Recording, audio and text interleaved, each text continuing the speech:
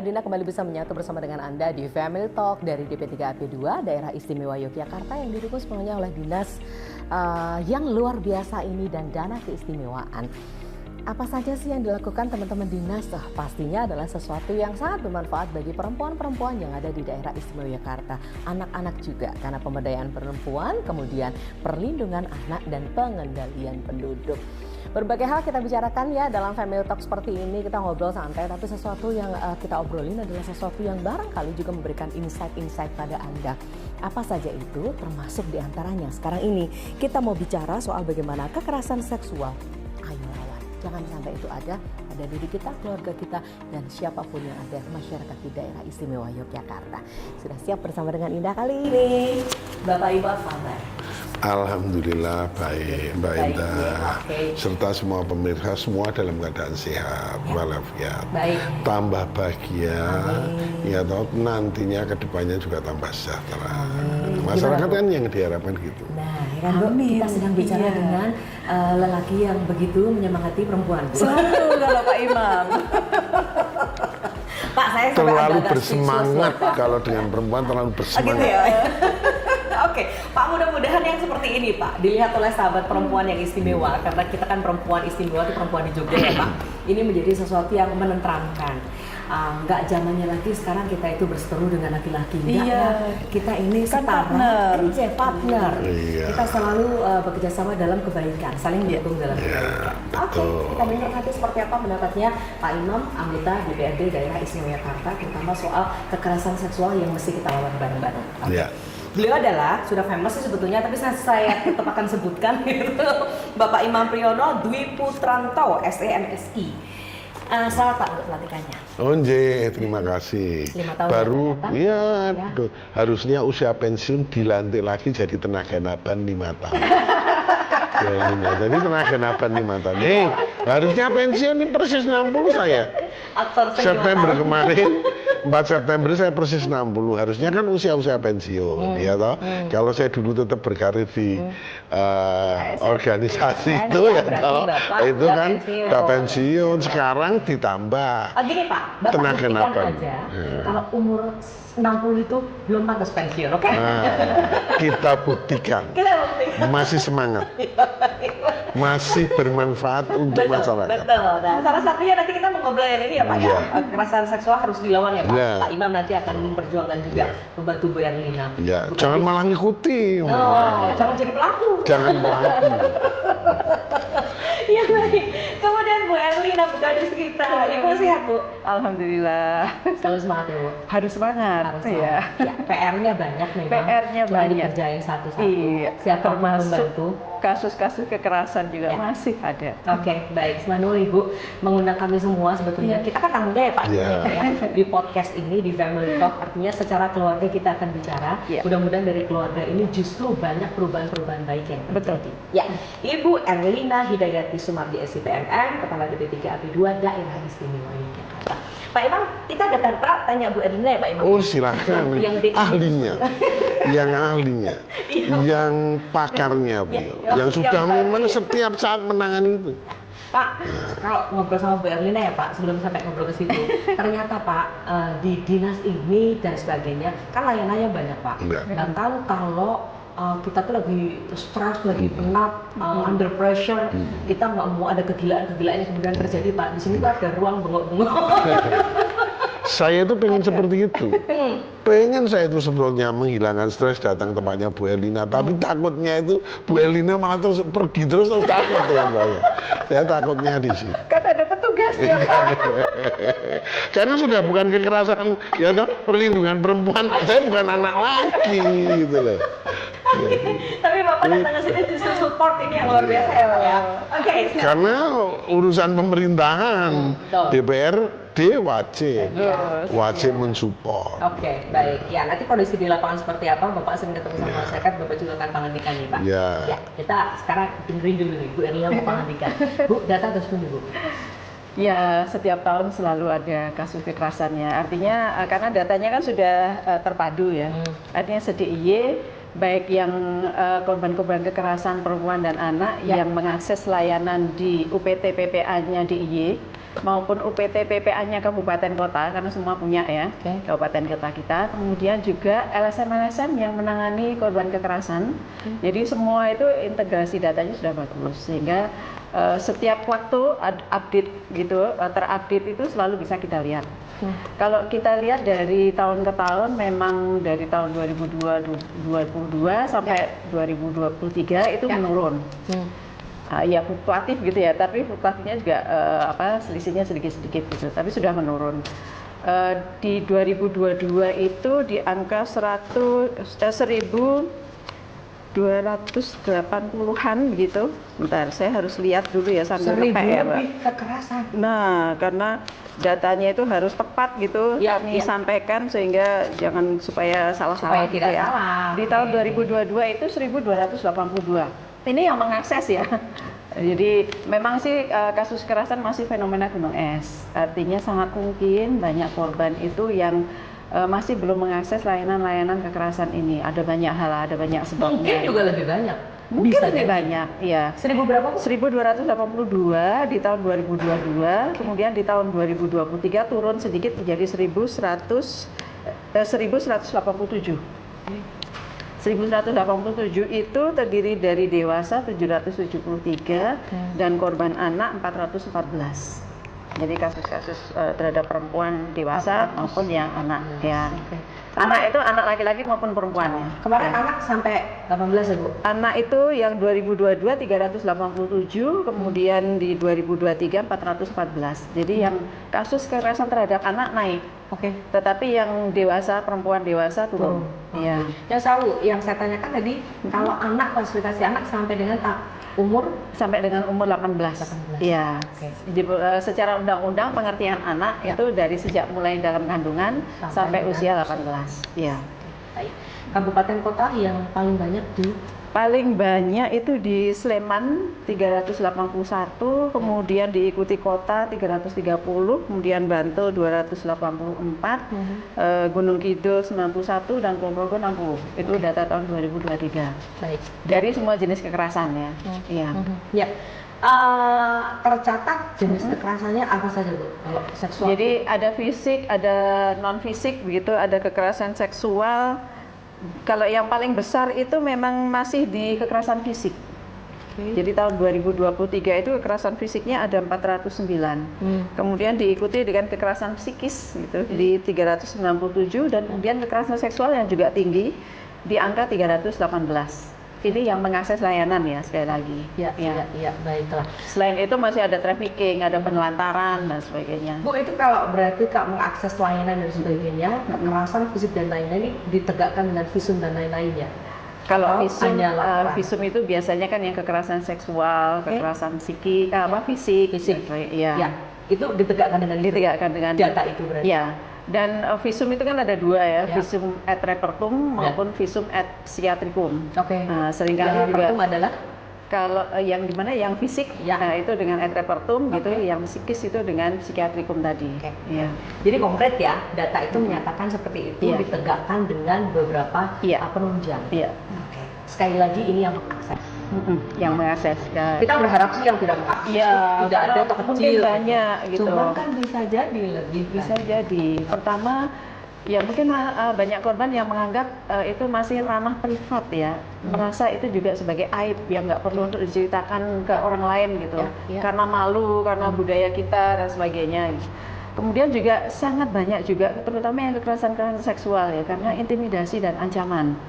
Nanti kalau biasanya kan pelaku memiliki relasi kuasa yang lebih besar ya, sehingga bisa menekan, bisa mengintimidasi dan sebagainya supaya tidak melaporkan, supaya nggak bilang ke siapa-siapa. Apalagi yang korban anak itu kan gampang untuk kemudian ditakut-takuti gitu ya, ataupun mungkin diberi uang gitu supaya diam gitu ya. Nah seperti itu. Kemudian juga ada banyak hal lain ya. Misalnya kalau pelakunya ada di dalam anggota keluarga sendiri, apalagi yang pencari nafkah gitu ya, sehingga ada ketergantungan ekonomi. Ya. Jadi mikir-mikir, kalau mau mengadukan kan mikir, nanti kalau diproses hukum, nanti kalau dihukum, terus saya hidupnya gimana? Terus ini nanti kalau sampai orang lain tahu, saya ikut malu dan sebagainya. Aib, aib ya. Banyak. Datanya lebih banyak yang terjadi dalam keluarga, dalam institusi sekolah, Iya. atau ke masyarakat biasa? Kalau dari sisi lokasi kejadian itu Tidak ada. banyak yang di dalam rumah gitu ya. Oh. Angka KDRT juga cukup tinggi gitu. Jadi ya banyak di dalam rumah kekerasannya. Baiklah. Ya. Meskipun yang lain juga ada di tempat umum, di tempat kos, di tempat kerja, di Ya, sekolah di bahkan. sekolah. Ya. Saat-saat ini memang ada beberapa hal yang memprihatinkan ya. Kita baca, kita lihat di media, Iya. ada bullying yang sampai Iya. anak meninggal. Iya. Ya kan, ada kekerasan seksual yang terjadi dalam institusi Iya. sekolah.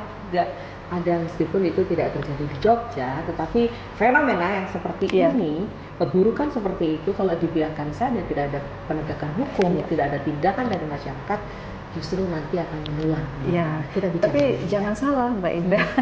Sesuai. Terjadi juga di Jogja, meskipun tidak viral sekali gitu ya. Oke. Tapi kasus seperti itu di kampus, di sekolah terjadi juga di Jogja. Bahkan di pondok pesantren sekalipun gitu. Ada juga kasus seperti itu. Oke, baiklah. Tapi kalau itu terjadi dimanapun itu oknum ya, Iya. bukan atas nama Iya. institusi dan sebagainya. Oke, dari data ini nanti Ibu akan kasih tahu kita bagaimana Ibu mengolah itu dan apa program Ibu. Nanti saya pengen ke Bapak Fakta ya satu ini dulu. Komentar dulu atas data yang Kalau saya itu kekerasan itu sebetulnya terhadap anak maupun yang sifatnya seksual maupun yang sifatnya itu bukan, itu sangat memprihatinkan. Karena saya tak yakini bahwa yang terjadi lebih besar dari data. Oke. Apalagi di tahun 2022 masa pandemi. Ketika masa pandemi orang bersekolah itu biasanya dengan daring. Oke. Sekolahnya kan dengan daring. Ya. Otomatis kalau sudah dengan daring, ada seorang ibu sudah biasanya menjadi murid, Oke. bukan menjadi muridnya aja ibunya, Oke. orang tuanya, atau mungkin bapaknya. Ketika ini daring, kemudian ibu ini tidak memperoleh pendidikan sosiologi keguruan, maka ibu ini memperlakukan anak itu pasti seperti dia memperlakukan dirinya sendiri, baju sendiri. Oke. Sehingga ketika saya pertemuan dengan ibu-ibu di lapangan, pertemuan mereka mesti mengatakan itu terjadi kekerasan apa? Kelompok itu ya. Nah, gini. Nah, jenengan Iya, Pak. gadah putra alit. Kita punya anak kecil. Ya, ya. Anak kecil itu misalnya kelas 3 SD. Kelas 3 SD itu masa paling sulit untuk diajari karena di kelas 2 itu masih muda, kelas 3 itu sulit-sulitnya. Pengayalannya tinggi. Dah menjelang dewasa. Ya. Kemudian diajari ibunya. Ketika ini diajari ibunya, maka kira-kira ibunya itu kalau diajari sekali nggak bisa, itu mungkin masih sabar. 2 kali tidak bisa, pasti masih sabar. 3 kali tidak bisa. Kalau Mbak Indah ibu ini ketoknya bagaimana? Terjadi kekerasan nggak? Enggak untuk Mbak Indah. Enggak, maksudnya Enggak. tadi saya bilang cilik-cilik itu enggak. Ya. Tapi iya Pak, betul. Karena orang tua Ini kan kekerasan, sadar atau tidak? Anjay. Dan itu diberlaku, dan rata-rata ibu-ibu itu kalau saya bicara gitu di masyarakat ketawa semua. Iya betul Pak. Tapi kan ini nggak mungkin dilaporkan. Ya seperti ini dah, benar nggak? iya, Nggak iya. mungkin dilaporkan. Iya, betul. Karena ini ketergantungan kok. Ini aku nggak ngelapor ke ibu, bukan rakyat imam. Ya, rakyat ini. Ini sudah bagian dari kekerasan, tapi kecil. Oke. Sifatnya kecil yang tidak dilaporkan. Makanya saya bilang era pandemi itu sebetulnya kekerasan banyak sekali. Karena kalau saya ketahuan gitu, orang itu melakukan nggak bu, oh enggak Pak Imam, tapi nggak salah. Enggak, yang punya anak kecil gitu. Yang sabar itu biasanya yang lebih sabar kalau sepuh. Itu sifatnya cucu, itu Oh, lebih sabar. simbahnya. Ya kan, terus Oke, telusur eyangnya. ke dalam. Deh. Oh, kalau yang itu eyangnya itu simbahnya itu lebih sabar. Tapi kalau ibunya belum secara ekonomi, mereka kan posisi pandemi secara ekonomi mereka Ya. merosot. Oke. Ya toh, apalagi yang harian kerjanya nggak bisa keluar, nggak bisa apa, Yeah. hidupnya tergantung, Ya, itu ya. menjadi itu. Sehingga apa? Sehingga masa pandemi itu betul-betul saya yakin Bu Erlina itu bekerja ekstra keras untuk menangani itu. Gitu. Ya. Kemudian yang kedua masalah seksual. Ya. Kalau masalah seksual itu sebetulnya kita ada juga yang tidak tahu. Saya nggak tahu ya, semoga tidak ada lah. Oke. Selain dari data ini tidak ada. Kita kan berdoanya seperti Ya, itu. ya. Nah, seksual itu kan bahaya sekali. Ya. Ya toh, karena merusak generasi. Oke. Nah, seksual kita berharap tidak ada sama sekali yang melakukan itu, melakukan kekerasan. Ya. Walaupun tanpa kekerasan ya kita nggak bisa. Ya toh. Bapak bercanda. Ya, ini gitu. Kita berharap tidak ada sama sekali. Oleh sebab itu, di samping dia ada penanganan di sini, bagaimana DP3AP2 itu ada pemberdayaan perempuan tentang apa? Tentang di lingkungannya. Oke. Pemberdayaan tentang apa? Tentang lingkungannya. Bagaimana seorang ibu-ibu dilatih bekerja sama, dia tidak bisa berdiri sendiri. Oke. Mungkin bekerja sama dengan dinas kebudayaan. Oke. Tapi yang memprakarsai DP3AP2 Oke. mengadakan kegiatan-kegiatan yang sifatnya membimbing anak-anak ibu-ibu bergotong royong, sehingga apa?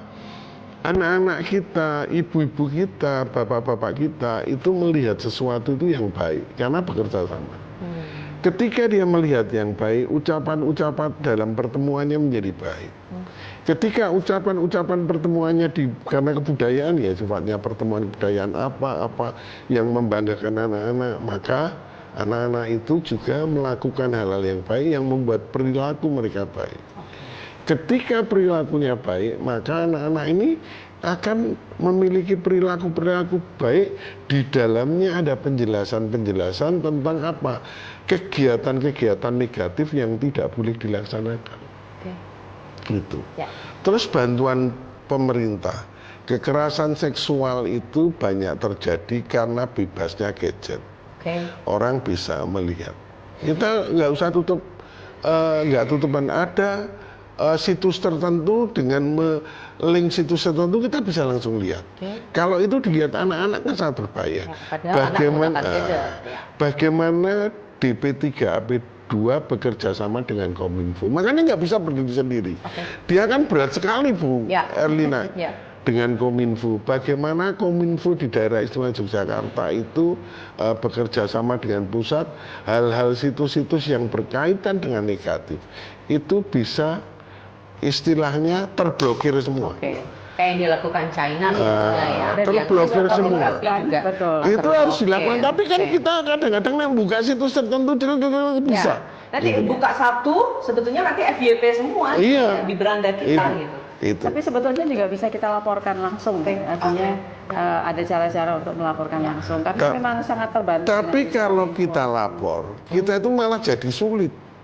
Sulit apa orang lapor itu, kemudian kita itu harus siapa yang melaporkan di situ, ya toh, siapa nanti yang akan ya toh dicari.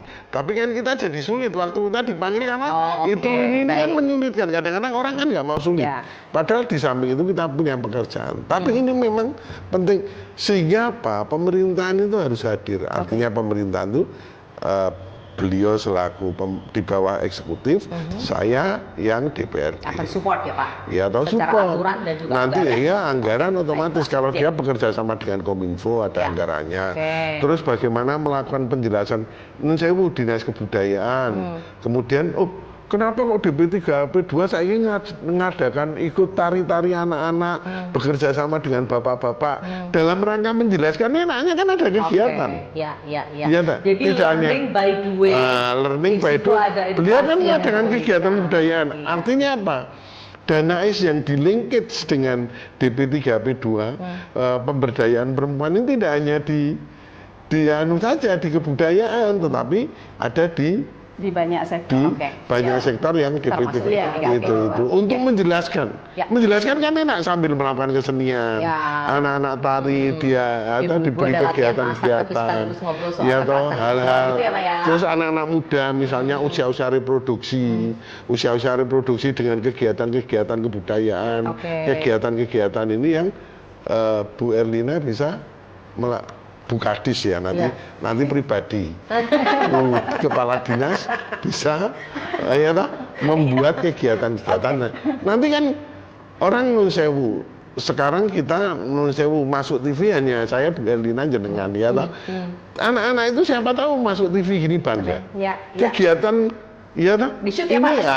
Oke. Di shoot itu kegiatan-kegiatan yang dengan anak-anak. Ajakin ngobrol. Sosok mlebu TV loh, sosok. Oke. Wah, itu. Loh, Baik. kalau kita di Itu desa membangun dignity, Pak, sebetulnya. Betul. kalau di desa-desa bangga sekali. Ya, ya. Ya toh misalnya masyarakat miskin. Anak-anaknya tidak punya. Misalnya dia di daerah terpencil Tepus. Terus Bu Kadis ke sana ngadakan kegiatan nari seanane. Walaupun kan belum ada tari, belum nari seanane, gamel seanane, nyanyi apa sambil menjelaskan tentang bagaimana Kekerasan perlindungan seksual anak, terjadi, kekerasan ya, seksual. oke, ya. Tidak hanya nantinya kalau kekerasan itu keluar dari kekerasan, walaupun kita bicarakan keluar gini loh. Ada kekerasan yang sebetulnya itu orang tidak menganggap kekerasan. Ya. Padahal itu kekerasan. Ya. Contohnya kekerasan verbal. Oke. Anak yang nggak sekolah. Ya, dipoyoi gitu. Nggak usah kan? dipoyoi. Nggak dipoyoi. Hmm. Diumumkan secara baik. Oh, Misalnya gini, kita neng kelas. kelas ya, Pak ya. Di kelas, perintah guru. Ya. Ya toh? Ya. Umumkan. Misalnya saya muridnya. Ya. Imam, nah itu toh. Imam, nanti ke ruang saya ya. Tolong ngomongin sama bapaknya kok SPP-nya belum dibayar. Oke. Iya. Anaknya mau nggak? Rendah. Ini kekerasan verbal. Psikis. Ya. Nah ini tadi katanya kan ada yang jenis otopsi itu ada 2. Iya, fisik dan tadi Psikisnya. Itu udah termasuk Ini ke otopsi sana. ya. Oke, baik, Pak. Ini yang Artinya memang kompleks, Pak, kalau kita kompleks bicara dan ini. anggaran itu kita harus berikan karena ini menyangkut pendidikan anak. Menyangkut human resources, sumber daya manusia yang harus kita kelola dan ini besok menjadi besar tumbuh menjadi yang membesarkan menjadi anak bangsa yang ada di Generasi sini, emas, Pak. generasi emas. Ya, betul. Terima kasih Pak Imam. Nanti Bapak saya akan melengkapi lagi. Saya nanti akan tanya juga soal bagaimana Siap. aturan-aturan kita, Ya. apakah payung hukumnya sudah ada. Ya. Oke, Bu Erlina, senang sih kita ngobrol dengan Dewan yang sangat aware ya terhadap kebutuhan masyarakat, terutama punya ide-ide juga untuk bikin ini, sehingga serasa ibu tidak bekerja sendirian, Iya. tapi ketika ibu besok juga akan audiensi dengan anggota Iya. Dewan, ini sudah langsung iya ini memang butuh, ini memang butuh dan sebagainya. Dalam satu kata yang sama untuk Jogja kita tercinta. Bu, apa kemudian program yang sudah dilakukan dan next kira-kira mau bikin apa? Yang jelas seperti tadi disampaikan Pak Imam, kami tidak bekerja sendiri. Ya. Dalam penanganan kasus-kasus kekerasan ini, itu untuk DIY ini sudah ada jejaringnya, namanya Forum Pelindungan Korban Kekerasan, Ya, FPKK. Forum Perlindungan Korban Iya. Kekerasan. Oke. Dan itu sudah terpadu di situ. Semua institusi, lembaga dan sebagainya yang bekerja untuk menangani, mencegah maupun menangani kekerasan terhadap perempuan dan anak itu bergabung di situ. Oke.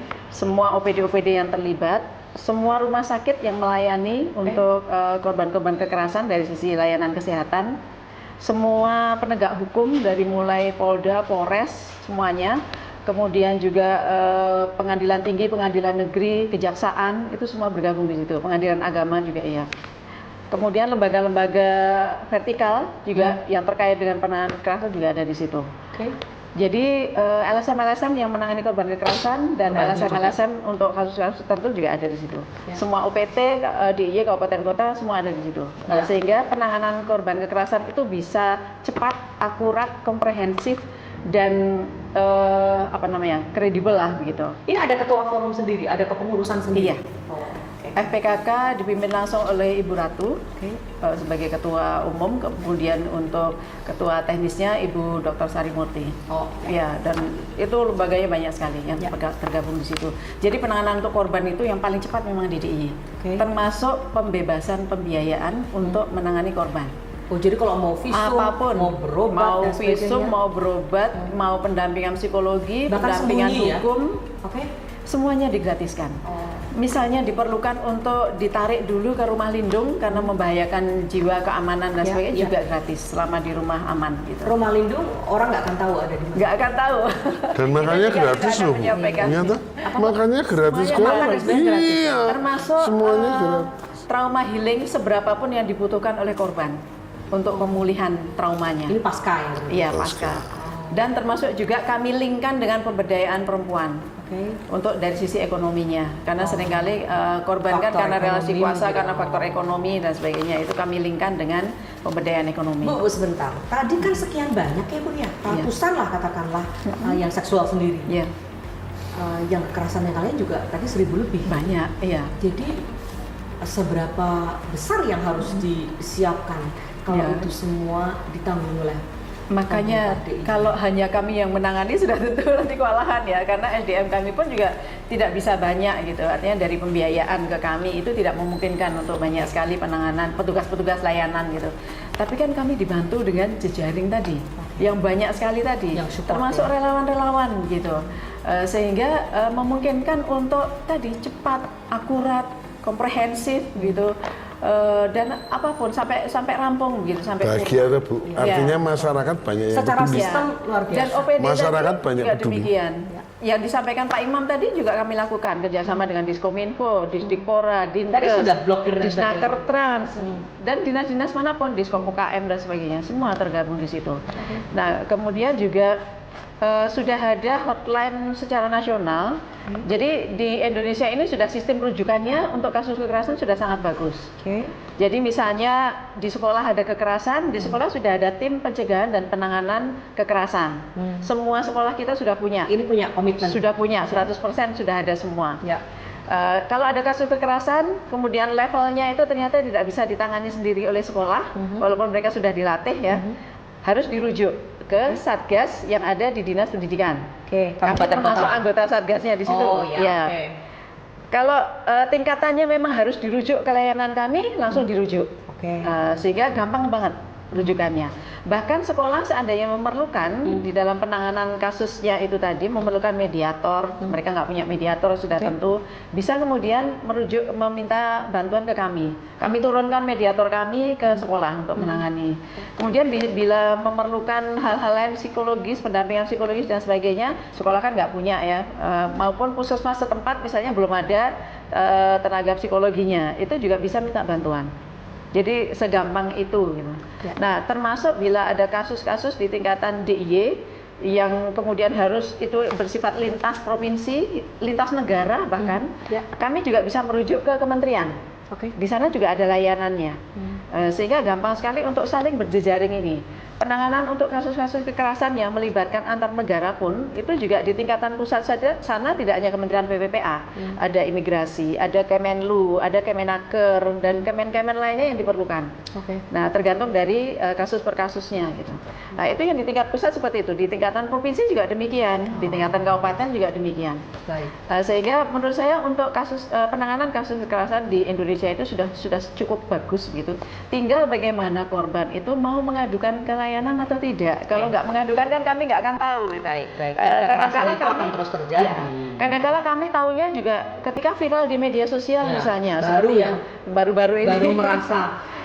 Loh kok viral di medsos tapi tidak mengadukan ke layanan kami. Tapi itu pun kami langsung terjun ke lapangan. Mencari tahu, menjangkau korban dan membantu. Jadi langsung, meskipun tidak mengadukan ke kami, tapi tetap untuk kasus-kasus kekerasan kami langsung menjangkau. Jadi sebagai masyarakat mau begini Bu Erlina, saya Bu Kadis. Jadi kan sistem itu sudah terbangun ya. Cuma kan tidak semua masyarakat itu tahu akan ada sistem yang sangat. Meskipun dengan Pak Imam juga sudah keliling kemana-mana ya Pak untuk sosialisasi. Karena gini loh Bu. Nah, kekerasan itu muncul itu kan kadang-kadang dari orang yang tidak kita duga. Tidak duga misalnya gitu ya. Di keluarga itu ada ODGJ. Ya toh? Nah, ketika dia ada ODGJ kan ternyata tidak melaporkan, tidak terdata, tiba-tiba melakukan hal-hal yang di luar sepengetahuan kita. Pemerintah itu sudah mati-matian betul, tapi ternyata ya di lapangan kita tahu, panjenengan tahu seorang kemarin orang tua yang bunuh anak gitu. Hal-hal seperti itu kan ini pasti ada kelainan jiwa. Ada ODGJ yang tidak dilaporkan, ada hal-hal yang tidak. Nah, ini yang diharapkan kerjasama aparat setempat, misalnya di kota dari RT, RW, kalau di anu ya dari Duko, dari RT, Duko, kalau ada RW-nya. Ini kepedulian masyarakat. Sehingga apa? Data di pemerintah itu lengkap. Ketika data di pemerintah lengkap, ini kita enak. Bagaimana kita menyusun anggaran? Karena apa? Anggarannya terbatas. Nanti Bu Erlina nyusun tidak berdasarkan data mengkira-kira, nah itu salah. Karena dia harus dasarnya data. Data ini tak susun anggarannya segini. Padahal di sini yang kecolongan ini ada anggarannya. Harusnya kan ini kalau ada laporan dari Yang punya warga kemampuan setempat, setempat, ya. warga setempat, kan beliau bisa anggaran sehingga apa? Pada saat rapat di komisi, saat Sudah ditentukan fix, di ya. Banggar, ini beliau karena dia programnya 1 tahun. Ya. Nah, ini yang harus terus terang masyarakat juga harus andil. Bu Erlina tidak bisa langsung gitu. Baik, kita mudahkan masyarakat mencerna ini Ya. dan mengetahui klasifikasi. Dan satu lagi Bu, kalau misalnya Bu Erlina dalam penanganan ini, terus kemudian ada peningkatan kekerasan, kira-kira tombok enggak? Nek tombok terus nganggo apa? Kan harus dipikir gitu. Sudah pernah Iya, tombok, Bu? pernah. Ya sering. Bukan tombol istilahnya ya. Iya. Tapi kan Ini hanya menghaluskan istilah. jadi Menghaluskan istilah. bagusnya berjejaring itu seperti itu Mbak Indah. Terus dibantu orang lain gitu. Betul Pak. Ya kita tahu no. Oh kita itu orang sosio masyarakat. Betul. Jadi ketika ada yang sampai kehabisan anggaran untuk permakanan dan sebagainya, korban di tempat rumah perlindungan dan sebagainya tadi gitu. Kemudian kan di dalam forum tadi kan diinformasikan gitu. Nah, ini harus bagaimana. Nah, kemudian ada solusi-solusi di situ sehingga kemudian bisa membantu. Termasuk tidak hanya di dinas kami, antar dinas kami dengan kabupaten kota dan sebagainya, tapi termasuk antar dinas lainnya. Misalnya untuk kasus TPPO. TPPO adalah perdagangan manusia, trafficking. Human trafficking ya. Ya, karena itu warga dari luar gitu, meskipun kasusnya terjadi di DIY, misalnya KTP-nya KTP luar, warga dari luar gitu. Tapi lokusnya di sini. Lokusnya di sini, investigasi selamanya dan di sini selama kasus itu. Nah, siapa yang mau memberikan permakanan di rumah lindungnya gitu ya? Tidak teranggarkan. Belum teranggarkan gitu. Padahal diperlukan investigasi yang cukup lama karena mereka berasal dari daerah yang mana-mana, tersebar gitu ya. Sehingga investigasinya kan termasuk mencari tahu agen-agen rekrutmen mereka di daerah-daerah mereka dan sebagainya, cukup lama. Nah, maka kemudian karena berjejaring tadi kan kami dengan dinas sosial dengan Kemensos gitu, sehingga kemudian bisa membantu untuk selama keberadaan mereka di rumah lindung. Ya seperti itu Mbak Indah, contohnya itu. Jadi support sistemnya, anggarannya kurang, nggak bisa. Kalau anggaran dari sini pindah sini nggak bisa. Itu namanya kan ini beda ruang, ini bisa bermasalah untuk Mereka beda-beda ya. Beda-beda. Ini yang harus masyarakat harus tahu. Sehingga informasi ini terus gimana Pak Imam kalau kita butuhnya informasi dari masyarakat karena beliau kalau membuat anggaran sini itu dibanggarkan sebetulnya kita kaji rasional apa tidak, walaupun tidak sepengetahuan beliau, tapi kan kita ini rasional apa tidak gitu. Kalau tidak rasional nanti tolong tanyakannya bisa di komisi, bisa pas dibanggarnya, tapi rata-rata karena beliau itu sudah ahlinya ya dalam membuat anggaran terus ini ya beliau jarang ditanyakan, ya wis lah kita jalan itu. Tapi kenyataannya juga kalau terjadi ini yang nanti melebihi ya kita. Tapi kan anggaran kita terbatas. Ya, ini kaitannya dengan korban. Makanya dibutuhkan informasi sehingga kita bisa tepat. Jangan sampai nanti Bu Erlina itu betul-betul wis membantu masyarakat. Apa enggak kira kok? Bu Erlina bekerja betul-betul membantu masyarakat dengan uang negara. Ternyata uangnya itu menyalahi aturan. Wis ora nganggo untuk masyarakat suruh kembalikan. Apa terus biasanya apa itu? Ini kekerasan terhadap gadis ya. Nah, ini kekerasan terhadap itu bisa terjadi. Itu bisa terjadi. Makanya kita semua gitu, Mbak Ida. Saya gini nih kan mengawal Bu Erlina, ya toh. Bu Erlina nek tombok ya mau lho, ya toh. Saya nek tombok ya mau lho. Tapi sebetulnya ini adalah family talk yang membuat berbesmili. Tadi dari awal ketika Ibu mengatakan itu pun mungkin kita sebagai manusia, apalagi kita ibu merasakan ya Erlina itu gimana kemudian ketika itu terjadi. Nih Bapak nggak merasakan ini. Saya nggak merasakan Bapak. Tapi biasanya kan antara logika dan perasaan itulah bedanya kadang-kadang laki-laki ya secara porsi. Kondisinya seperti ini, belum lagi menyelesaikan yang ini, sebetulnya ada juga masalah soal anggaran yang memungkinkan kurang, ada yang memungkinkan Bu Erlina sudah menguncurkan ya tadi uang negara, tapi ternyata dianggap salah untuk penggunaan dan sebagainya. Kompleks ya, sangat kompleks. Tapi supaya masyarakat tahu soal kekerasan ini, ada baiknya kita klasifikasikan supaya tadi sangat oke sih, sangat setuju dan sangat paham sebagai masyarakat Pak saya. Kalau Bapak mengatakan, nek don duwe masyarakat sik ngene ya lapor toh. Ben aku tuh bisa Punya punya data. yang baik. Betul. Karena kalau kita bicara soal forecast ekonomi beda ya Pak jual beli dengan yang ini gitu. Kan Ibu kan harus Iya. nek ada ini, ada ini gitu. Iya. Tapi kalau itu data, masyarakat mari yuk kita terbuka ya. Jangan malu kalau memang keluarganya ada yang ODGJ. Betul, Jangan betul. malu kalau Iya. ada beberapa hal yang memang harus kita laporkan supaya penjenengan punya data Iya. dan itu justru akan membantu kita. Kalau DGJ terus melempar mobil pakai itu. Atau parah Mentung orang. Ada kasus. Gitu. Jadi memang mitigasi jauh lebih baik, Oke, ya. mitigasi, betul. Kemudian pencegahan jauh lebih baik daripada sudah terjadi kasus. gitu. Oke. Nah, penajaman di situ kan memang perlu peran serta dari masyarakat semua. Kemudian juga kami sangat berharap ini sudah kami sosialisasikan, edukasikan juga ya ke semua perangkat kelurahan maupun kelurahan gitu. Penguatan di data. Sehingga nanti pencegahan itu bisa dilakukan dengan baik, jangan sampai terjadi kasus gitu.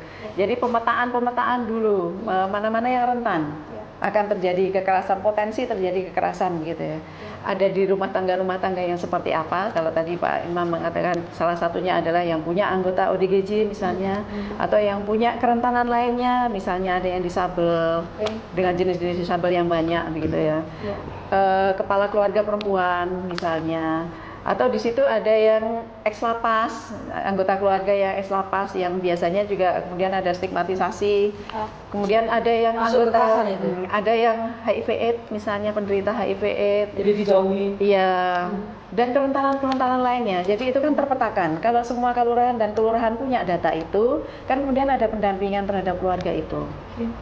Lalu potensi-potensi lainnya terjadi kekerasan, yang potensial juga akan terjadi kekerasan, misalnya keluarga baru yang kurang kokoh terbangunnya, misalnya karena pernikahan yang dini tadi.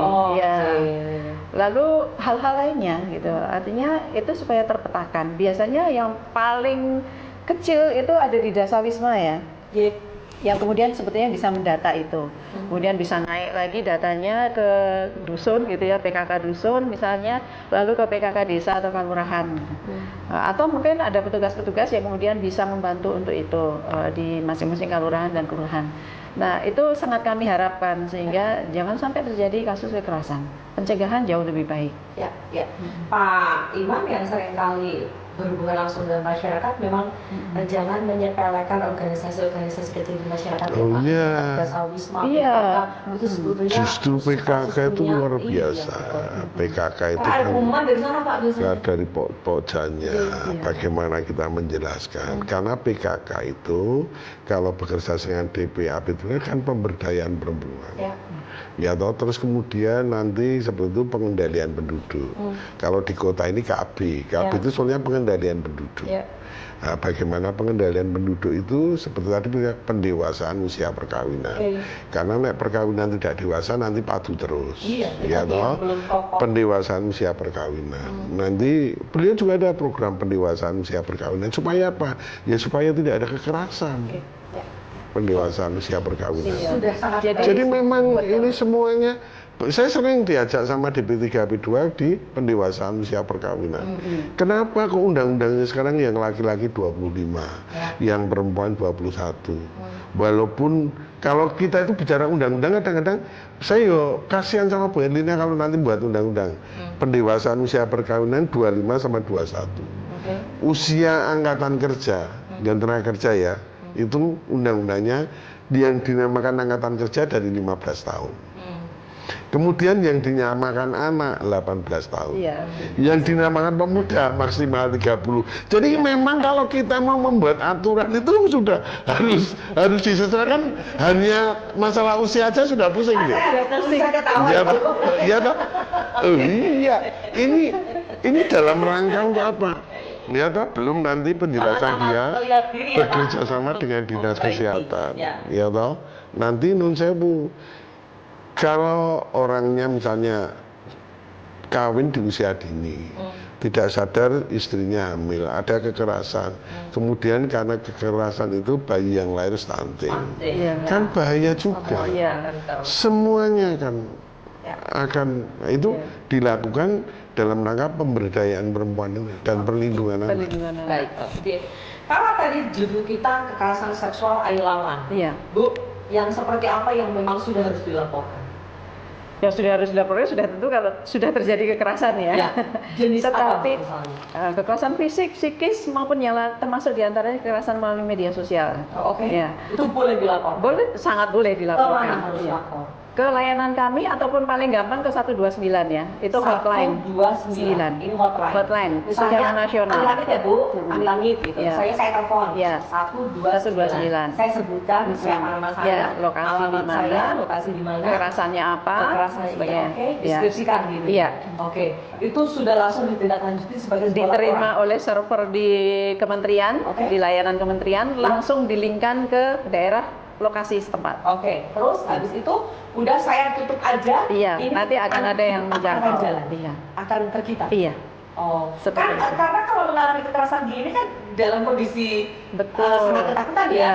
Ketika telepon berarti kan saya seolah nggak ada apa-apa tapi Iya. saya sudah laporin. Iya. Nanti akan Akan dijangkau. dan ditindaklanjuti. Iya. Selalu Dan saya bisa ditindaklanjuti. diamankan. Iya. Oh, pasti aman. Se- Kalau se- sudah lamar, Iya. pasti di perlindungan pemerintahan ada perlindungannya. Iya. Tapi ini kan supaya masyarakat tahu. Iya. Karena kami sangat paham bahwa korban itu kadang-kala dalam posisi yang ketakutan dan ketidakmampuan untuk mengakses langsung, Oke. datang ke tempat layanan gitu. Ya, Sehingga ya di rumah aja atau dimanapun dia merasa aman gitu, kemudian dijangkau. Karena psikologinya kena berat. Iya. Kalau tidak bisa pencet 129, apa yang bisa dilakukan? Minta tolong sama tetangga. Iya, minta tolong sama orang-orang terdekat, orang yang bisa dipercaya gitu ya, ya. untuk kemudian orang yang tersebut yang melaporkan, Ya. mengadukan. Dan sebagai masyarakat kita harus aware dengan demikian. Harusnya aware, iya. Siapapun itu, misalnya Iya. nanti yang melakukan maaf ya, Iya. ayah misalnya, Iya. tetap harus masyarakat Oh, iya. mengamankan. Iya, ada Meskipun kasus-kasus seperti itu. Si anak lari dari rumah karena pelakunya memang orang Ayahnya dalam rumah sendiri. ya, dalam keluarganya sendiri. Iya. Lari kemudian oleh orang yang mengamankannya, itu kemudian dilaporkan, Oke. gitu. Sampai ke kami tadi, Ya. kemudian langsung dijangkau dan kami amankan di rumah lindung. Dan Jadi itu kasus ini anak komit seperti ya, itu kita biasanya. melakukan itu Iya. supaya Dan kekerasan ini- kekerasan itu tidak hanya di perempuan. Oke, ya, betul. Datanya di laki-laki juga ada. Ya. Pelakunya perempuan. Salah satu, iya. Iya, lakunya Jadi, perempuan. ada kasus- Jadi jangan anomali juga ada laki-laki yang dia aja. Saya juga iya dia. Bapak sudah tidak tanya ya kan di sini. Jadi kami itu Enggak, ini biar tahu itu, masyarakat biar kami tahu. itu selalu menghimbau Mbak Indah, Ya. kalau seorang korbannya itu adalah seorang anak, Ya. gitu ya, anak. Jadi jangan yang kemudian mengamankan anak tersebut itu lalu langsung mengembalikan ke rumahnya. Nah, itu dia. Lah kalau pelakunya di rumahnya kan bahaya, dia sudah berusaha lari, Oke. tapi dikembalikan. Oke. Jangan, jadi Ya. langsung mengadu ke layanan saja. Oke, Iya. oke. Kalau Anda merasa tidak bisa mengamankan sendiri, langsung aja Langsung, datang iya. ke Biar itu menjadi urusan kami di layanan. Iya, gitu. iya. Iya. Kalau penjelasan bingung dari DKP 2 ke aparat setempat ya. Boleh. Supaya aparat Karena setempat- sudah jejaring tadi. Iya. Bapak Ibu, senang ngobrol seperti ini karena ini membuka wawasan kita untuk sebuah keterbukaan menangani kasus-kasus yang Betul. ada supaya kalau penjelasan berdua kan kasus sudah sangat familiar ya. Barangkali ada masyarakat yang merasa masih saya takut, saya nggak boleh begitu, Iya. atau saya justru merusak keluarga orang Iya. dan sebagainya. Iya. Next kita Kasihan. ngobrol-ngobrol lagi. Iya. Pak, kita nggak sedikit sekali. Tapi satu hal, Mbak. Boleh, saya ke Pak Imam dulu. Oh ya, nanti oke. Pak. Lupa Mbak Support ya, Indah. Pak. Iya. Oke. Terima kasih Bapak komit untuk membantu teman-teman. Oh, sangat komit karena saya Bisa itu ini nggak? saya terus terang pengen memisahkan dua undang-undang, Mbak. Oke. Sebetulnya yang satu adalah perlindungan anak. Oke. Artinya bahwa kita itu melindungi anak betul. Terus kemudian perlindungan perempuan. Nah, perlindungan anak dan perlindungan perempuan kan biar anggarannya jelas itu. Berapa kita harus melindungi anak? Berapa anggaran kita? Bapak punya target itu? Kemudian, ya nanti kan tergantung bagaimana undang-undangnya dibuat sama teman-teman dengan itu. Terus perlindungan perempuan. Perlindungan perempuan itu tidak hanya di korban kekerasan. Saya komitmennya pengen begini loh. Kadang-kadang kan perempuan kita tidak minta nikah baru nun sewu 3 bulan Ya. posisi hamil, Betul. tiba-tiba suaminya kecelakaan, Iya, iya. cacat atau meninggal, kemudian tidak berdaya. Perempuan ini kan harus namanya pemberdayaan perempuan. bagaimana memberdayakan perempuan. Ada hal-hal yang undang-undang itu bisa betul-betul melakukan perlindungan terhadap perempuan, termasuk perlindungan dalam pemberdayaan. Jadi dipisahkan. Tidak hanya nanti selalu bicaranya cuma perlindungan perempuan dan anak itu selalu korban kekerasan. Bicaranya selalu bicara korban kekerasan. Jangan sampai bicaranya korban kekerasan. Gitu. Oke. Mudah-mudahan lihat Bapak yang luar biasa ini bisa. Amin. Ya, karena saya hidup di kampung, Pak. Ngerti dulu perilakunya orang-orang kampung, saya mengerti. Baik, selamat ya, Ya. Pak Imam. Selamat bertugas untuk 5 tahun ke depan. Mudah-mudahan apa saja yang Bapak ini. Semoga amanah.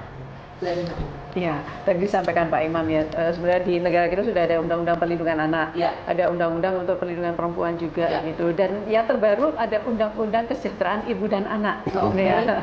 Dan ini sedang disusun PP dan sebagainya, turunan dari undang-undangnya gitu, yang makin bisa melindungi perempuan, ibu maupun anak. Gitu. Kami sangat berharap itu kemudian nanti bisa diteruskan peraturan-peraturannya sampai ke daerah-daerah. Sampai perda. Nah, kemudian sampai ke layanan-layanan tadi dengan optimalisasi layanan. Dan Mbak Ida, yang ingin juga saya sampaikan adalah kalau itu kasus kekerasannya seksual, itu supaya masyarakat aware, sadar untuk segera mengadukan. Karena kekerasan seksual yang sudah misalnya yang sudah berupa perkosaan misalnya, jangan sampai korban kemudian menderita berkali-kali. Misalnya sudah menjadi korban perkosaan dan hamil dan mengandung, melahirkan gitu ya tanpa ada bantuan, alangkah kasihannya. Sehingga untuk korban-korban perkosaan ini harus dibantu dengan sangat cepat. Supaya apa? Supaya tidak hamil karena aksi perkosaan itu. Kemudian juga supaya ada trauma pendampingan psikologis gitu ya, untuk bisa memulihkan korban gitu, karena sangat berat sekali menjadi korban perkosaan seperti itu. Iya, Pasti. iya. Dan seandainya terpaksanya sudah terlanjur misalnya korban perkosaan tidak segera ngeling ke layanan aduan ya, kemudian sudah terlanjur hamil misalnya, supaya segera langsung mengadukan, sehingga kemudian bisa ada pendampingan. Kasihan sekali kalau tidak. Gitu. Ya, jangan disembunyikan. Jangan disembunyikan ya. Iya. Ibu, Bapak, matur sembah nuwun, selamat bertugas di wilayah masing-masing. Kalau kita bicara soal ini adalah sesuatu yang berat tentu saja, karena bukan hanya masalah dana, tapi bagaimana kemudian melindungi korban, memulihkan dia, dan yang paling penting adalah tidak akan terjadi lagi seperti itu. Iya, Amin, ya. kita sangat berharap. Sembah nuwun, sembah nuwun. Sami-sami. Terima kasih banyak. Ya, oke. Senang sekali bisa ketemu dengan Bapak Ibu. Next kita ngobrol-ngobrol lagi dengan tema-tema yang lain. Ya, ada sahabat perempuan istimewa yang barangkali juga korban kekerasan dan sebagainya. Daerah Istimewa Yogyakarta yang istimewa ini, Pak Dewan, Bu Kadis sudah punya support system yang luar biasa dan ini berjejaring. Manfaatkan itu sebagai pengaman penyelenggara supaya Anda ini bisa pulih kembali seperti pada umumnya. Ya. Sekali lagi jangan melakukan kekerasan. Kita lawan kekerasan seksual. Sebagai masyarakat kita amankan orang-orang yang ada di sekitar kita, karena ini bentuk partisipasi kita sebagai warga negara yang baik dan bertanggung jawab. Salam setara, Semangat, padu, sejahtera. Sehingga dinamika apa sih? Ya, Dan terima kasih Mbak Indah.